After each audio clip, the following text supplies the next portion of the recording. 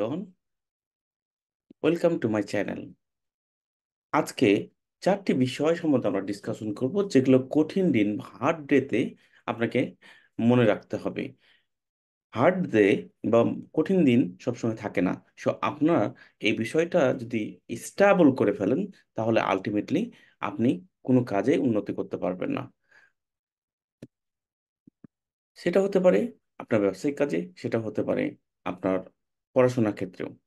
So আপনাকে আহ, মনে রাখতে হবে 1 নম্বর স্টেপ, যে কঠিন সময় শুধু আপনার জীবনে একটি অধ্যায় বা পাঠ, পুরো গল্প নয়।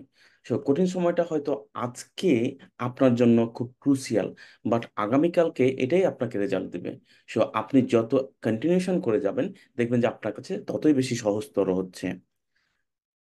সেকেন্ড থিং সেকেন্ড থিং আপনি অলওয়েজ ফোকাস করবেন যা নিয়ন্ত্রণ করতে পারেন। যা নিয়ন্ত্রণ করতে পারেন না, তার উপরে নয় অবশ্যই।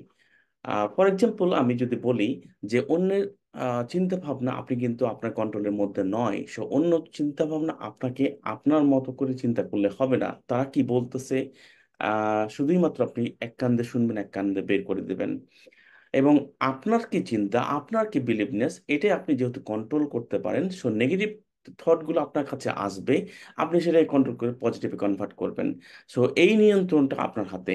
সো আপনি এটার উপরেই ফোকাস করুন যে আমি ভালো কিছুই করতে পারবো বা আমি পারবোই। 3 নম্বর স্টেপ যেটা, যদি কখনো মনে হয় যে আপনার এখন সাহায্য প্রয়োজন, সো আপনি সাহায্য চাইতে কখনোই সাই ফিল করবেন না বা লজ্জা পাবেন না।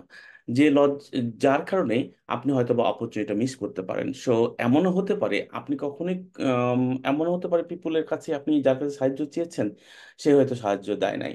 বা যার কাছে একটা বিজনেস পরামর্শ চেয়েছেন বা কনসালটেন্সি চেয়েছেন, সে দেয়নি। কিন্তু এমন একজন কাছে কাছে পেয়েছেন যা কখনো আপনি কল্পনা করেননি। সো আপনাকে এটাও খেয়াল রাখতে হবে যে যদি কখনো সাহায্যের প্রয়োজন হয়, সেই অপরচুনিটি কখনোই মিস করা যাবে না। 4 নম্বর স্টেপটা হলো, আপনার কঠিন দিন আসবে, যাবে, কিন্তু কখনোই এটা চিরকালই স্থায়ী হবে না। এবং এটাই অলওয়েজ মনে রাখবেন যে আগামীকালকেই আপনার জন্য ভালো কিছু ওয়েট করতেছে। Thank you for watching my video.